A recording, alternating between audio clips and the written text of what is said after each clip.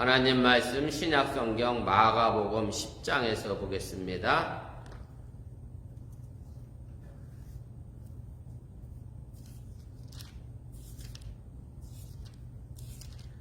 마가복음 10장 21절 말씀부터 우리 31절까지 말씀입니다. 우리 찾으셨으면 제가 마가복음 10장 21절 말씀부터 31절까지 말씀 읽어드립니다. 함께 성경 보시고 따라가시면 고맙겠습니다. 예수께서 그를 보시고 살아가사 이르시되 내게 아직도 한 가지 부족한 것이 있으니 가서 내게 있는 것을 다 팔아 가난한 자들에게 주라. 그리하면 하늘에서 보화가 내게 있으리라. 그리고 와서 나를 따르라 하시니 그 사람은 재물이 많은 거로 이 말씀을 인하여 슬픈 기색을 띠고 근심하며 가니라. 예수께서 둘러보시고 제자들에게 이르시되 재물이 있는 자는 하나님의 나라에 들어가기가 심히 어렵도다 하시니 제자들이 그 말씀에 놀라는지라. 예수께서 다시 대답하여 이르시되 얘들아, 하나님의 나라에 들어가기가 얼마나 어려운지 낙타가 바늘귀로 나가는 것이 부자가 하나님 나라에 들어가는 것보다 쉬우니라 하시니 제자들이 매우 놀라 서로 말하되 그런즉 누가 구원을 얻을 수 있는가 하니 예수께서 그들을 보시며 이르시되 사람으로는 할 수 없으되 하나님으로는 그렇지 아니하니 하나님으로서는 다 하실 수 있느니라. 베드로가 여짜와 이르되 보소서 우리가 모든 것을 버리고 주를 따랐나이다. 예수께서 이르시되 내가 진실로 너희에게 이르노니 나와 복음을 위하여 집이나 형제나 자매나 어머니나 아버지나 자식이나 전토를 벌인 자는 현세에 있어 집과 형제와 자매와 어머니와 자식과 전토를 100배나 받되 박해를 겸하여 받고 내세의 영생을 받지 못할 자가 없느니라. 그런즉 먼저 된 자로서 나중되고 나중된 자로서 먼저 될 자가 많으니라. 아멘. 오늘은 제 53가입니다. 부자와 하나님의 나라. 지난주에 이어 두 번째 말씀을 좀 이어가도록 하겠고요. 그리고 이어서 제자들이 받을 보상에 관련된 이야기를 하도록 하겠습니다. 내용분해를 먼저 보시면 제가 예수님과 제자들이 걸어가야 할 길, 그 다음에 십자가를 지고 따를 것을 교훈하심에 관련된 이야기가 지속적으로 되어지고 있고요. 지난주에 제가 11번째 어린아이와 하나님의 나라 그리고 부자와 하나님의 나라 전반부를 했고요. 결국 여기서의 초점은 어린이와 부자에 맞춰져 있는 것이 아니라 바로 하나님 나라에 초점이 맞춰져 있음을 제가 말씀을 드렸습니다. 그래서 오늘 부자와 하나님의 나라와 연결돼서 이제 제자들이 받을 보상과 함께 연결돼서 오늘 말씀을 좀 나누려고 합니다. 내용분해와 보시도록 하겠습니다. 제가 이미 말씀드렸던 것처럼 부자와 하나님의 나라는 이제 자연스럽게 두 단락으로 나눠지게 되고요. 그래서 부자 청년의 질문과 그 다음에 예수님에 대한 답변 그리고 이어지는 것이 제자들에 대해서 부에 대한 교훈을 가르쳐 주고 계시면서 예수님의 제자가 되려고 하면 세상의 어떤 물질적인 문제에서 좀 자유로워야 한다. 또 과감한 포기가 있어야 함을 그렇게 교훈을 해 주고 계십니다. 그래서 마가복음 저자는 이 본문을 통해서 이제 마가복음 공동체 내에 있었던 부자들에게 주시는 그런 교훈의 말씀으로 삼았고요. 하나님의 나라에 들어가려면 이제 재물 포기와 희생, 그 다음에 자기 부인이 따라야 함을 이제 강조를 하고 있는 것이고, 그리고 특별히 이 세상에서의 소유를 포기하라는 것은 제자들에게 주신 교훈의 말씀이라고 제가 이미 지난 시간에 말씀을 드렸습니다. 3번입니다. 그 다음에 28절부터 이어져 나오는 이제 31절에 있는 말씀은 제자들이 받을 보상이라고 하는 이제 새로운 주제가 등장하게 되고요. 오늘 베드로가 제자들을 대표로 해서 자신들은 이 부자와 같지 않고 모든 것들을 포기하고 예수님을 따랐으니 마땅히 자기들에게 뭔가 구체적인 보상이 있지 않겠느냐라고 하는 그런 확신을 가지고 이제 질문을 하게 되고, 예수님은 이 질문에 대하여 자신을 따르기 위해서는 여러 가지를 이제 버리게 되면 무엇을 얻을 수 있을지에 대하여 이제 말씀해 주시면서 이때 당시 제자들이 무엇을 얻어야 할지 확실하게 알지 못했음을 또 우리가 알게 되고요. 사실은 이것은 초대교회뿐만 아니라 지금 이 시대에서 내가 예수 믿음으로 무엇을 얻을 것인가에 대하여 관심을 갖고 있는 사람들의 이야기일 수도 있음을 여러분들이 함께 좀 기억하시면서 오늘 말씀을 좀 함께 자세하게 살펴보도록 하겠습니다. 본문주입니다. 우리 차례대로 보도록 하겠습니다. 예수님께서 부자 청년에게 요구하신 행동은 무엇입니까? 오늘 21절, 22절에 있는 말씀인데 제가 다시 한번 읽어드리고 설명해 가도록 하겠습니다. 예수께서 그를 보시고 살아가서 이르시되 내게 아직도 한 가지 부족한 것이 있으니 가서 내게 있는 것을 다 팔아 가난한 자들에게 주라. 그리하면 하늘에서 보화가 내게 있으리라. 그리고 나와서 나를 따르라 하시니 그 사람은 재물이 많은 고로 이 말씀으로 인하여 슬픈 기색을 띠고 근심하며 가니라. 이렇게 되어 있습니다. 그래서 오늘 예수님께서는 영생을 갈구하는 이 부자 청년에게 내가 어려서부터 알고 있었던 십계명을 잘 지키라고 얘기를 했고, 그랬더니 이 부자 청년은 내가 이미 그것은 다 잘 지켰다라고 자신있게 이제 대답을 했는데, 바로 예수님은 그렇게 대답한 부자 청년에게 그럼 내게 딱 한 가지 부족한 것이 있다라고 이야기를 하시게 됩니다. 물론 예수님께서 여기서 한 가지 부족하시다라고 말씀했습니다만은 이 한 가지 부족한 것이 사실은 그 나머지 것들을 전부 대체할 수 있는 아주 중요한 것이었음을 우리가 알아야 한다라고 하는 얘기입니다. 오늘 예수님께서 이 부자 청년에게 명령한 문장을 보면 5개의 동사로 이루어지게 됩니다. 먼저 가라, 그리고 내 재산을 팔아라, 그 다음에 주어라, 그리고 다시 와라, 그리고 나를 따르라. 이렇게 5개의 명령형 동사로 이루어지게 되는데 매우 단순합니다만은 예수님이 아주 강력한 명령을 표현하고 있는 것이고요. 이 5개의 명령형 동사 가운데서 하늘에서 내게 보화가 있으리라 라고 하는 약속이 들어가 있음을 우리가 보게 됩니다. 이 5개의 명령형으로 요구어진 이 문장은 이제 크게 보면 둘로 나눠지게 됩니다. 첫째는 가서 재산을 팔아 가난한 사람들에게 나눠주라고 하는 얘기고, 그리고 두 번째는 그러고 다음에 와서 나를 따르라 라고 하는 것으로 이렇게 나눠볼 수가 있습니다. 이 부자 청년이 예수님을 따르는 전제 조건이 뭐냐? 내가 예수님을 따르는 전제 조건, 와서 따르라고 하는 것을 이루려고 하면 바로 그 앞에 것들을 먼저 해야 되잖아요.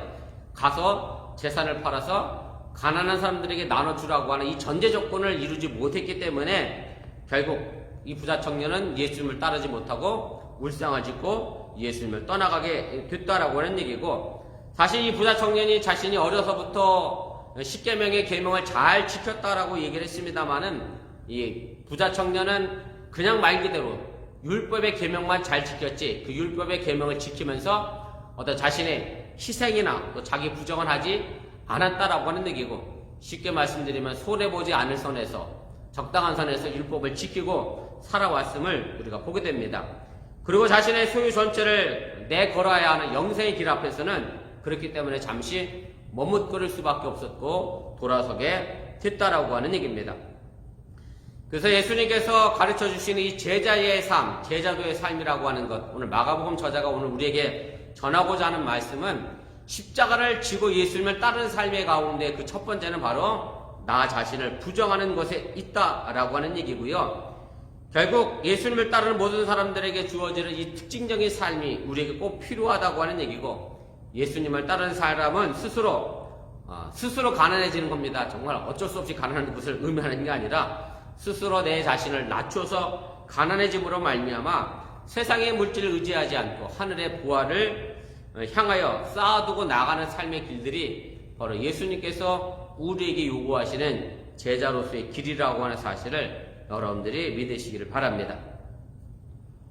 두 번째입니다. 내가 무엇을 해야만 영생을 얻으리까에 대한 부자 청년의 질문에 대한 예수님의 대답이 결국 무엇이냐 최종적으로 좀 정리를 해 보도록 하겠습니다. 그래서 오늘 부자 청년이 영생을 얻는 것은 결국 그가 가지고 있었던 재물에 대한 소유에 대한 그의 태도에 달려 있다라고 하는 얘기고, 예수님께서는 이 부자 청년에게 자신의 모든 소유를 포기하고 예수님을 따를 것을 제시하시게 됩니다. 그러나 이 사람은 재물이 많은 이유 때문에 예수님을 따르는 것을 포기를 하게 됐고, 결국 이 문제 때문에 23절부터 27절까지 나와 있는 여러분들이 아시는 것처럼 그럼 누가 구원을 얻겠느냐, 부자가 천국에 못 가면 누가 구원을 얻겠느냐라고 하는 새로운 문제를 이끌어내는 그런 단초를 제공하게 됩니다. 예수님께서 실제로 재물이 많은 자가 하나님의 나라에 들어가기 어렵다라고 하면서 제들을 향하여 교훈을 하시게 된 것이고, 물론 재물이 많은 사람이 전부 하나님의 나라에 못 들어간다는 의미는 결코 아님을 여러분들이 다시 한번 기억하시기를 바라고요. 이 문제에 대해서는 우리가 그 다음 3번에서 자세하게 또 이어서 설명을 해 나가도록 하겠습니다. 3번입니다. 재산이 많은 사람이 하나님의 나라에 들어가기 어렵다는 예수의 말씀을 듣고 제자들은 놀라게 되는데, 왜 놀라게 됐느냐 하면 그것이 오늘 23절, 24절 말씀입니다. 제가 이어 읽어드리겠습니다. 예수께서 둘러보시고 제자들에게 이르시되 재물이 있는 자는 하나님의 나라에 들어가기가 심히 어렵도다 하시니, 제자들이 그 말씀에 놀라는지라. 예수께서 다시 대답하여 이르시되 얘들아, 하나님의 나라에 들어가기가 얼마나 어려운지, 여기까지만 제가 읽도록 하겠습니다. 자, 예수님께서 부자 청년의 예를 들면서 이제 그 부자들에게 적용하신 그 이야기를 사실은 범위를 조금 더 넓혀서 모든 사람에게 이제 적용하셔서 이제 말씀을 하시게 됩니다. 결국 예수님께서 말씀하시고자 하는 초점은 뭐냐면, 부자가 하나님 나라에 들어가기가 참으로 어렵다라고 하는 얘기고, 제자들이 말을 듣고 놀랄 수밖에 없었던 것은 이미 그들이 가지고 있었던 가치관과 예수님께서 말씀하셨던 가치관이 서로 상충하고 충돌되었기 때문에 놀랄 수밖에 없었다라고 하는 얘기입니다. 그러면 그때 당시 유대인들이 가지고 있었던 부자들에 대한 생각은 무엇이냐면, 부자들은 바로 제일 먼저 천국에 올라갈 수 있는, 구원을 얻을 수 있는 그런 사람으로 생각을 하게 됐고, 왜 그랬느냐 하면 사실은 이것이 구약성경에 나와 있는 신명기에 있는 말씀 때문에 그렇습니다. 부자들이 부자가 되는 것은 결과적으로는 하나님의 말씀을 잘 지켜 순종했기 때문에 그 복으로 많은 재물을 얻은 것이라고 생각했기 때문에 바로 예수님께서 하신 말씀과 이들이 가지고 있었던 생각이 상충될 수밖에 없었다라고 하는 얘기입니다. 신명기 28장 1절부터 14절까지 말씀에 있는 이야기인데, 여러분들이 아신 것처럼 순종하면 자손 만대일까지 복을 받겠다라고 하는 그 말씀 속의 일환인데, 이런 얘기가 있습니다. 제가 2절만 썼는데 보세요. 내가 내 하나님 여호와의 말씀을 청종하면 이 모든 복이 내게 임하며 내게 이르리니, 그 다음부터 이런 말씀이 나오죠. 들어가도 복을 받고 나가도 복을 받고 누워도 복을 받고 앉아도 복을 받고 외양 가는도 복을 받고, 그래서 내 자식들이 복을 받고, 그래서 복을 받고 이렇게 되어 있는데, 그래서 결국 이 말씀이 때문에 이제 제자들의 입장에서는 예수님 말씀이 놀랄 수밖에 없었다라고 하는 얘기입니다.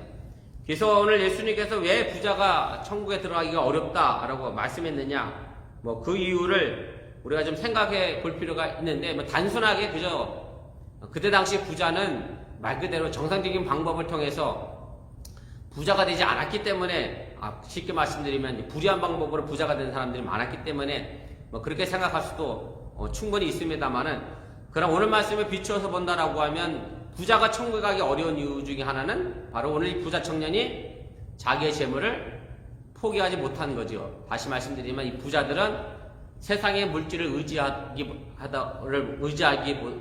보니까 결국 하나님을 믿고 의지하는 일에 게을렀기 때문에, 그렇지 못했기 때문에 이제 천국에 가지 못한다라고 우리가 이해하는 것이 어찌 보면 더 합리적인 이해라고 생각이 되어집니다. 4번입니다. 낙타와 바늘귀의 비유를 사용하신 예수님의 의도는 무엇입니까? 오늘 25절에 있는 말씀입니다. 제가 읽겠습니다. 낙타가 바늘귀로 나가는 것이 부자가 하나님의 나라에 들어가는 것보다 쉬운 일 하시니, 이렇게 되어 있는데, 예수님께서 제자들에게 하신 이 말씀의 이야기는 아주 분명하고 뚜렷합니다. 그리고 실제 적용에 있어서 왜 예수님께서 그럼 낙타를 사용했는지, 예수님이 낙타를 사용한 이유가 도대체 무엇인지가 그 의도가 궁금하긴 합니다만은, 아무튼 이 해석 때문에 여러 가지 모양의 해석들이 있었습니다. 제가 그 2번에 써놨는데 한번 보세요. 그 해석들 가운데에는 낙타 대신 굵은 밧줄로 번역하고 해석한 것도 있습니다. 쉽게 말하면 굵은 밧줄은 바늘귀로 못 들어간다. 더 합리적이라고 생각을 했던 거고요. 또 하나 어떤 주장을 했던 사람이 있는가 하면, 예루살렘 이 성에는 낙타가 그냥 들어갈 수는 없고 꼭 무릎을 꿇어야만 들어갈 수 있는 아주 작은 문이 있었는데, 그 작은 문의 이름이 바늘귀였다. 좀 억제주장 같은 이야기를 했습니다만, 아무튼 그렇게 생각하는 것도 있고.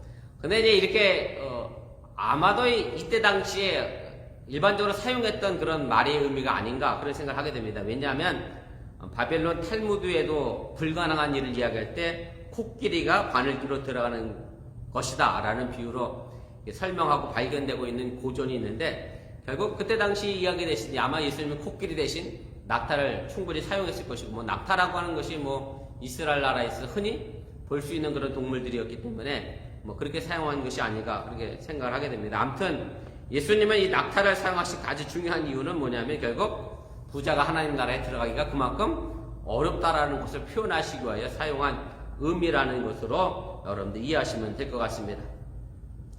5번입니다. 그러면 과연 누가 구원을 얻겠느냐라고 하는 이 제자들의 반문이 이제 생기게 되고, 그리고 이에 대하여 예수님은 이제 뭐라고 대답하셨느냐라고 하는 얘기입니다. 자, 오늘 26절, 27절 읽겠습니다. 제자들이 매우 놀라 서로 말하되 그런즉 누가 구원을 얻을 수 있는가 하니, 예수께서 그들을 보시며 이르시되 사람으로는 할 수 없으되 하나님으로는 그렇지 아니하니 하나님으로서는 다 하실 수 있느니라. 이렇게 되어 있습니다. 사실은 이 예수님의 말에 대하여 제자들이 제대로 깨닫지 못했기 때문에 매우 놀라면서 예수님께 다시 그럼 도대체 누가 구원을 얻을 수 있느냐라는 질문을 이제 하게 됩니다. 쉽게 말씀드리면 제자들이 아직도 구원에 대하여, 다시 말하면 하나님 나라에 들어가는 것에 대하여 제대로 이해하지 못했다는 것을 우리가 반증해 주고 있는 것이고, 그래서 예수님께서는 이 문제가 결국은 부자에게만 국한된 문제가 아니라 모든 사람에게로 이제 확대되어져서 이 구원의 문제를 이야기하시는 교훈으로 이제 발전을 시키게 됩니다.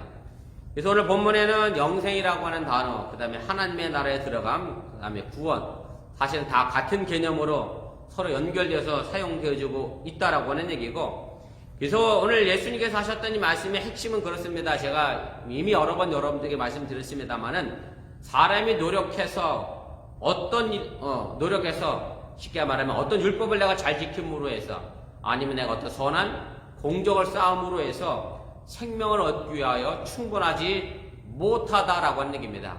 아무리 사람이 선한 일을 많이 쌓는다 할지라도 천국에 갈 수 없음을 얘기하는 거고, 결국 구원이라고 하는 것은 오늘 예수님께서 말씀하셨던 것처럼 하나님만 하실 수 있는 일이고, 그리고 그 구원은 결국 하나님을 믿고 의지하는 사람에게 하나님이 선물로 주어지는 것을 분명하게 하시는 겁니다. 하나님이 내게 선물로 준 것이지 내가 구원받을 자격이 충분해서, 내가 뭔가 구원받을 자격을 충족시켜서 이것이 충족이라고 하는 말의 의미는 믿음을 제외하는 겁니다. 물론 믿음을 가진 것이 우리가 구원받을 자격의 충족이긴 합니다만, 제가 말씀드린 이 충족의 기준은 사람이 어떤 선한 일을 향하고 율법을 지키고 법을 잘 지킴으로 해서 바로 그것을 충족시킬 수 없다는 것을 이야기하는 것이고요. 여러분들 오해 없기를 바라고, 그래서 아무튼 이 구원이라고 하는 것, 천국은 우리가 믿음을 통해서 하나님께로 받는 그런 선물임을 여러분들이 이해하시기를 바랍니다. 그래서 사람에게는 불가능하지만 하나님은 가능하게 하시는 분이라고 오늘 강조를 하게 됩니다. 그래서 오늘 여기 27절에 보면 이렇게 있죠. 사람은 할 수 없으나 하나님은 하실 수 있다. 그리고 결국 하나님은 무슨 일이든지 다 하실 수 있다라고 하는 이 말씀은 구원에 대한 제자들의 불신을 불식시키는 그런 아주 중요한 말씀이고, 결국 구원에 관해서는 인간이 할 수 있는 일은 없고 전적으로 하나님의 능력과 은혜로 주어지는 것임을 여러분들이 다시 한번 깨달으시기를 바랍니다. 자, 그럼 6번입니다. 우리가 어떻게 구원을 받을 수 있을까라고 하는 문제고요. 제가 이미 앞서 설명을 드린 것처럼 영생을 얻기 위해서 이 한 부자가 청년이 정말로 제명을 잘 지켜서 영생을 얻으려고 했지만 예수님께서는 그것 가지고 안 된다라는 말씀을 하셨고, 결국 계명을 뛰어넘는 실천과 제자가 될 것을 요구하시게 됩니다. 결국 본문에서 문제가 된 것은 바로 물질에 대하여, 소유에 대하여 집착하는 인간의 태도가 문제였고요. 마가복음 저자는 이를 구원의 문제로 연결시켜서, 그리고 하나님의 능력과 대비시켜서 강조를 하게 됩니다. 결국 영생을 얻기 위해서 우리 그리스도인들이 해야 될 것은 뭐냐면, 십자가를 지고 자기를 부정하는 삶이죠. 그것이 가장 중요하다고 하는 얘기고, 내가 집착하고 있는 세상의 것들을 버릴 수 있는 용기가 필요하다고 하는 얘기고, 그 다음은 하나님의 은혜로 주어지는 구원을 받아 누리기만 하면 된다는 사실을 여러분들이 기억을 하시기 바랍니다. 그래서 제가 아까도 말씀드렸습니다만, 부자가 왜 그럼 천국에 못 갔느냐라고 하는 이 문제에 있어서, 부자가 나쁜 일을 해서 돈을 많이 벌어서 천국에 못 가는 것이 아니라 결국은 자기가 가지고 있는 소유에 대한 집착을 버리지 못했기 때문에 못 가는 것을 이해하는 것이 더 훨씬 합리적인 이해라고 생각이 되어집니다. 7번입니다. 베드로의 마음속에 나타난 감정은 무엇입니까? 오늘 이 부자에 대한 이야기 뒤에 베드로가 예수님께 질문한 내용이 나옵니다. 28절, 29절이죠. 베드로가 여짜와 이르되 보소서, 우리가 모든 것을 버리고 주를 따랐나이다. 예수께서 이르시되 내가 진실로 너희에게 이르노니 나와 복음을 위하여 집이나 형제나 자매나 어머니나 아버지나 자식이나 전토를 벌인 자는, 이렇게 되어 있습니다. 사실은 오늘 베드로가 예수님께 이런 질문을 던진 것은 좀 자기들이 멋지지 않냐, 이런 의미입니다. 자랑스럽지 않느냐. 내가 그래도 이 부자는 그 못 버려서 예수님 떠나갔는데 우린 그래도 예수님을 위해서 다 버렸으니 우리는 얼마나 멋있습니까? 라는 칭찬을 받기 위한 그런 질문, 어느 정도 교만한 마음을 가지고 예수님께 이제 질문을 하게 되는데, 그런데 예수님은 이 베드로의 자만심 어린 질문에 대하여 아주 강한 어투를 사용하여 반대 의사를 나타내시게 됩니다. 진실로 너희에게 이르노니 그것이 결코 그렇지 않다라고 하는 얘기고, 그런데 예수님은 아무튼 세상의 것을 포기하면 어쨌든 보상을 받게 된다라고 하는 이제 가르침을 주어지게 됩니다. 예수님을 따르려고 하는 사람은 결국 모든 것을 이제 주님과 복음을 위하여 버려야 한다라고 이야기를 하고 있고요. 누가복음에서 같은 본문에 보면 여기는 복음 대신 하나님의 나라가를 이제 사용하게 됩니다. 제가 누가복음 18장 29절 말씀 썼는데 함께 보시기를 바랍니다. 내가 진실로 너희에게 이르노니 하나님의 나라를 위하여 집이나 아내나 형제나 부모나 자녀를 버린 자는, 그래서 여기 나와 있는 복음, 하나님의 나라, 주님, 우리가 이것을 위하여 버리면 결국 우리에게는 축복이 보장될 것을 이야기하게 되고요. 근데 사실은 이 땅에서 예수를 따른 사람들은 얻는 것보다 잃는 것이 더 많다는 것을 오늘 예수님은 분명하게 해주십니다. 여기 보면 부모도 버려야 되고 전토도 버려야 되고 자식도 버려야 되고 어쨌든 잃어버릴 게 많습니다만은, 심지어 더 나가서 예수님 뭐라고 말씀하셨느냐면 박해와 죽음까지도 우리가 각오해야 한다. 그래서 사실은 잃을 것이 더 많은 것이 어찌 보면 예수 믿는 삶의 모습입니다만은, 그러나 그 잃을 것이 많은 예수 믿는 삶의 제자의 삶의 모습은 궁극적으로 하나님의 내세에 대한 보장, 천국에 대한 구원에 대한 보장을 통하여 갚아져 나가게 된다라고 하는 사실을 여러분들이 기억하시길 바랍니다. 제가 한 달 전쯤인가요, 고난과 미래의 영광에 대한 그런 주제로 제가 말씀을 전한 적이 있습니다만, 예수 때문에 받는 고난, 그것은 분명 우리에게 나타날 미래의 영광이고, 흔한 말로 세 발의 피에 불과한 고난이라고 하는 것을 다시 한번 기억하시면서, 우리가 예수님 때문에 당하는 여러 가지 부당한 처우에 대하여 미래의 영광을 꿈꾸며 오늘도 나아갈 수 있기를 바랍니다. 8번입니다. 이 세상에서 집과 가족과 논밭을 100배나 받는다는 것은 어떤 의미일까? 오늘 예수님께서 30절에 하신 말씀인데 제가 읽겠습니다. 현세에 있어 집과 형제와 자매와 어머니와 자식과 전토를 100배나 받되 박해를 겸하여 받고 내세 영생을 받지 못할 자가 없느니라, 이렇게 되어 있습니다. 그래서 예수님께서 현세, 지금 너희들이 포기하면 그 포기한 것보다 100배를 더 받겠다라고 말씀하셨는데, 물론 이것을 이제 문자적으로 이해하시면 안 된다라고 하는 말씀 먼저 드리고요. 꼭 문자적으로 해서 100배나 되돌려 받게 된다는 뜻은 아니라고 하는 얘기입니다. 이것은 이제 구약 성경에 나와 있는 말씀의 일부분을 예수님께서 인용하신 건데요. 사무엘하 24장 3절에 보면 이런 똑같은 표현이 있습니다. 하나님께서는 무슨 일에 있어서나 100배로 갚아주시는 분이라고 이제 그렇게 되어 있는데, 제가 읽어 보겠습니다. 함께 보시길 바랍니다. 요압이 왕께 아뢰되 이 백성이 얼마든지 왕이 하나님 여호와께서 100배나 더하게 하사 내 주 왕의 눈으로 보게 하시기를 원하나이다, 이렇게 되어 있습니다. 사실은 요 본문 24장 전체를 읽어보면 이스라엘에 있어서 인구 조사하는 그런 내용입니다. 그래서 지금의 이스라엘 인구보다 하나님이 100배나 더 많게 해주실 것이라고 하는 그런 말씀의 내용인데, 아무튼 그냥 구약 성경에 이미 예수님께서는 하나님께서는 100배나 더 많게 하시는 하나님으로 인식되어졌기 때문에 그 말씀을 인용하셨다고 한 얘기고, 물론 문자적으로 꼭 100배 받는다고 된다는 의미는 아니라는 것을 또 기억하시기 바랍니다. 2번입니다. 이 세상에서 예수님 때문에 가족을 버린 자는 교회 공동체, 믿음 안에서 함께 사랑을 나누는 믿음의 새로운 가족을 얻게 되는 것이고요. 그래서 믿는 사람들은 사실은 서로 그리스도 안에서 형제와 자매와 어머니와 자녀가 되어줘야 하고, 그리고 세상에서 받는 보상은 결코 다음 세상의 영원한 생명과 이제 비교가 되지 않는데, 사실 요 글을 쓰면서 제가 좀 안타까웠던 것은 이제 그런 거죠. 결국 예수님 때문에 여기 성경적 표현대로 하면 아버지도 버리고 어머니도 버리고 형제도 버리고 자매도 버리고 예수 공동체 안에 들어왔는데, 이 교회 공동체 안에서 우리들이 서로 형제가 되어주고 자매가 되어주고 어머니도 되어줘야 되고 아버지도 되어줘야 하는데, 사실은 그렇지 못하다는 것, 이 현실의 모습 속에서 좀 안타깝게 좀 생각이 되어지고요. 아무튼 우리 어머니교회는 서로가 형제, 자매, 어머니, 아버지의 역할을 잘 감당해주는, 그래서 교회 안에서 외롭지 않는 아름다운 신앙의 삶의 공동체를 만들어가는 그런 교회가 되어지기를 저는 원하고 바라고 있고, 또 여러분들이 그런 공동체를 또 만들어 갈 수 있도록 서로가 서로를 배려하고 헌신하고 사랑하는 그런 어려운 교회가 될 수 있도록 위해서 기도해 주시기를 바랍니다. 그래서 정말로 우리 교회가 말 그대로 가족 같은 교회, 가족 분위기 교회로서의 역할을 충실히 잘 감당해서 세상 사람들과의 그런 가족의 관계가 아니라 정말 교회 안에서 다시 예수 그리스도 안에서 한 형제 자매 된 그런 가족의 의미를 되새겨 볼 수 있기를 주님의 이름으로 축원을 드립니다. 마지막 9번입니다.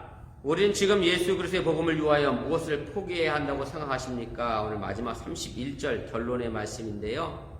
제가 읽겠습니다. 그러나 먼저 된 자로서 나중되고 나중된 자로서 먼저 된 자가 많으니라, 이렇게 결론을 내렸는데, 다시 말씀드리면 철제와 꼴찌가 서로 뒤바뀌어진다. 어떤 세상적 가치관을 예수님께 다시 한번 뒤집어 놓으신 그런 말씀이고, 오늘 이 이야기는 제자들이 받을 보상에 관련된 이야기의 결론이기도 합니다만은, 전체적으로 보면 부자와 하나님의 나라와 연결된 결론이기도 합니다. 17절부터 30절까지 결론이고, 그리고 우리가 다음에 하겠습니다만 43절과도 이어지는 그런 말씀의 내용입니다.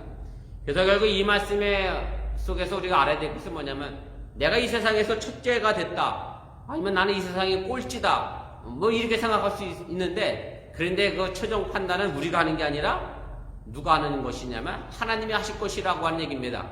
하나님은 첫째 된 사람에게 아니야 너는 꼴찌야, 아니면 꼴찌라고 생각했던 사람에게도 그래도 너는 첫째야라고 그렇게 말씀하실 것이라고 하는 얘기고, 하나님의 판단 기준과 세상의 판단 기준은 분명 다르다라고 하는 것을 여러분들이 기억하시길 바랍니다.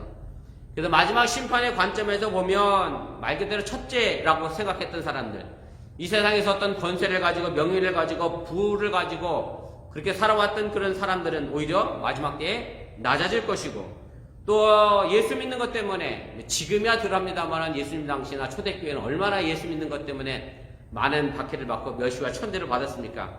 사실은 어찌 보면 한국의 교회가 지금 코로나 문제 때문에 좀 멸시와 천대를 받는 것도 사실이긴 합니다만은, 그러나 어쨌든 이런 상황 속에서 결국 우리는 마지막 때에 우리가 더 첫째가 되는 위치에 서게 된다라고 하는 사실 또한 여러분들이 기억하시고 또한 깨달으시기를 바랍니다.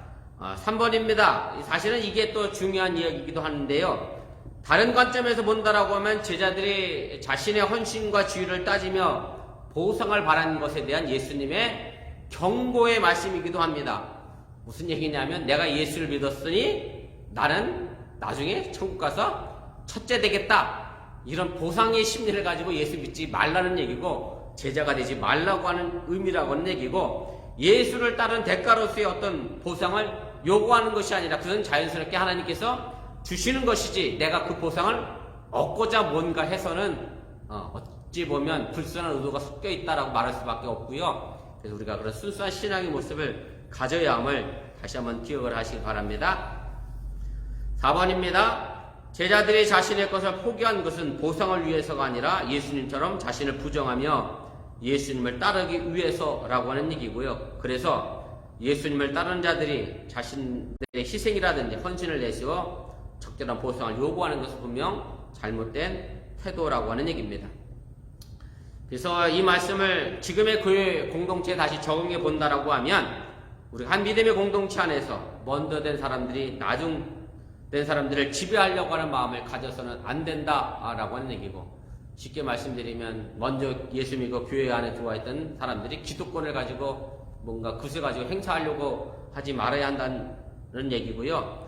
우리가 아무튼 교회 공동체 안에서 지도자들과 먼저 신앙생활한 사람들이 늦게 들어온 사람들, 늦게 신앙생활한 사람들을 위하여 멸시하고 무시하는 그런 태도를 버리고 서로 함께 하나 되어져서 성숙한 교회 공동체를 만들어가는 것이 우리에게 필요하다고 하는 얘기고, 결국 나중된 사람들을 무시하게 되면 온전한 교회 공동체의 성숙을 막을 수밖에 없음을 여러분들이 기억하시길 바라고요. 그래서 바라기는 우리 어번교회가 제가 아까도 말씀드렸던 것처럼 정말 예수를 따르는 참된 제자로서의 삶을 살아가면서 교회 안에서 형제, 자매, 부모의 역할을 충실히 잘 감당해주는 그런 사랑의 공동체, 또 성숙한 공동체를 만들어갈 수 있기를 주님의 이름으로 간절히 부탁을 드립니다.